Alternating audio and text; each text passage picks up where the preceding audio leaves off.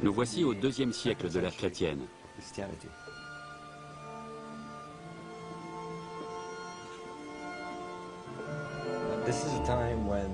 Nous sommes encore à une époque où le christianisme n'a pas défini son iconographie, ses symboles, ni même son mythe. Ceci représente une sorte de monde souterrain, c'est-à-dire cette zone obscure où les initiés entraient en contact avec les divinités. C'est la lumière qui pénètre les ténèbres, la quête du chemin qui mène dans l'au-delà. Les portes de l'immortalité passaient par la mort, si bien que les initiés venaient ici dans l'obscurité totale, probablement sans torche ni lampe, s'imprégner de l'atmosphère du lieu. Ils approchaient ainsi, croyaient-ils, du stade où l'on passe de vie à trépas pour renaître ensuite.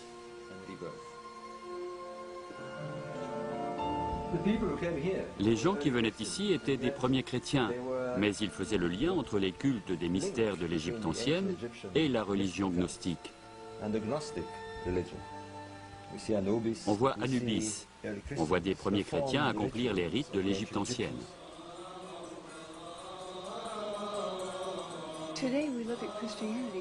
Aujourd'hui, le christianisme nous semble très divers. Il y a les baptistes, les orthodoxes, les calvinistes, les catholiques romains, une très grande variété de chrétiens. Mais au 1er siècle, cette diversité était sans doute encore plus grande. Étant donné que les écritures du Nouveau Testament n'étaient pas fixées par des canons précis, les chrétiens du monde entier ne pouvaient s'accorder sur telle ou telle croyance et il n'y avait pas de structure précise. Ce qui me frappe, parce que c'est fascinant, c'est que les gens d'alors qu'on qualifie de premiers chrétiens étaient beaucoup plus divers que ne le sont les chrétiens d'aujourd'hui. Nous savons que les disciples de Jésus lisaient, écrivaient et respectaient de très nombreux évangiles, ainsi que d'autres écrits de nature différente, des lettres, des épîtres, des hymnes, etc. Quand les chrétiens d'aujourd'hui considèrent les tout débuts de la foi, c'est avec une sorte de nostalgie. Ils la voient comme une époque où la parole de Jésus et de ses apôtres sonnait encore juste, où la foi était limpide et son contenu sans équivoque. Mais les documents qu'on a récemment découverts jettent une lumière différente sur ses débuts. Si la chrétienté d'aujourd'hui adore Jésus en tant que seul et unique Fils de Dieu, qui est mort pour racheter nos péchés, il semble que les premiers disciples de Jésus aient eu une foi sensiblement différente. Les chrétiens judaïques ne font jamais mention de la valeur salvatrice du sacrifice du Christ sur la croix. Ils croyaient en Jésus comme en un éclaireur éclairé, un illuminateur.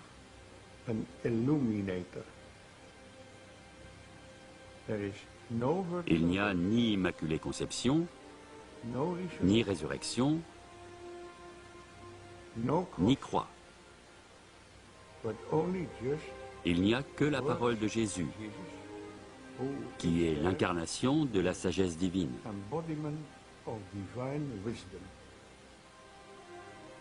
Jésus de Nazareth, un homme ou un mythe? Ceux qui lui ont emboîté le pas ne semblaient pas se souvenir de lui comme du seul et unique Fils de Dieu. Ils ont péri dans l'Holocauste qui a suivi le soulèvement des Juifs contre Rome. Les évangiles font-ils de Jésus un portrait précis? Ils ont été rédigés 2 ou 3 générations après le Christ dans des cités de la Méditerranée, à une époque où une autre image émergeait, celle de Jésus, Fils de Dieu. Pourtant, une mémoire différente avait subsisté.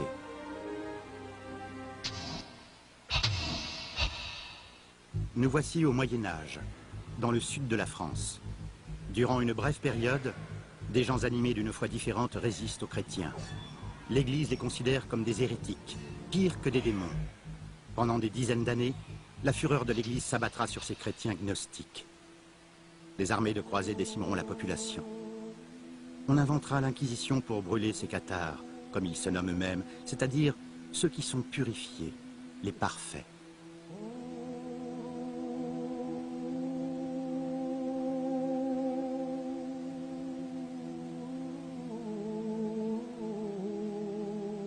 Bien des siècles plus tard, les gens se souviennent des cathares et visitent les lieux où ils ont souffert.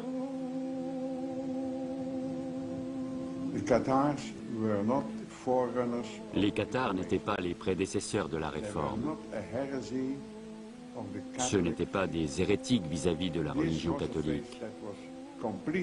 Leur foi était complètement différente et remontait au temps des tout premiers chrétiens et même au-delà, à une époque où les gens voyaient ce monde comme un monde d'ombre, quand ils tournaient le dos à la réalité, au monde vrai.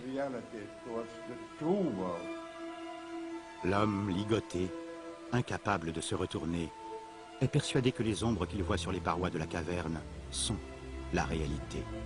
Ces ombres projetées par le monde réel et divin qui se trouve derrière lui. C'est ainsi que le philosophe grec Platon décrit l'homme. Les initiés des anciennes religions du mystère croyaient pouvoir se défaire des liens qui les tenaient prisonniers et trouver la gnose, la connaissance du cœur, le savoir secret qui transforme l'homme et lui donne la conscience du monde spirituel, du vrai monde. On les appelle les gnostiques.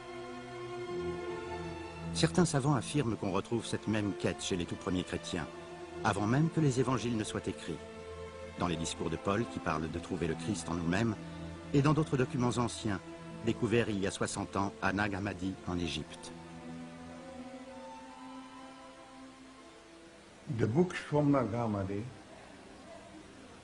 Les manuscrits de Nag Hammadi sont plus importants que les manuscrits de la mer Morte parce qu'ils jettent une lumière nouvelle sur l'histoire du christianisme, sur Jésus et sur Dieu.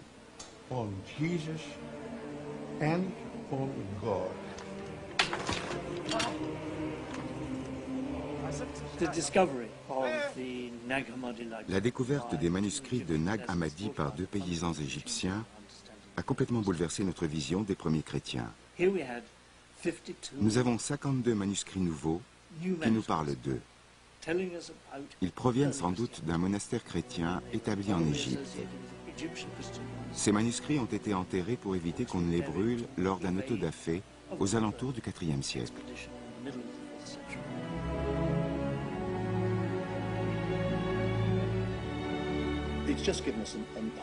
Ils nous livrent une véritable mine de renseignements. Et je m'étonne que les chrétiens ne se soient pas précipités pour lire l'évangile de Thomas et tous ces merveilleux écrits qu'on a découverts.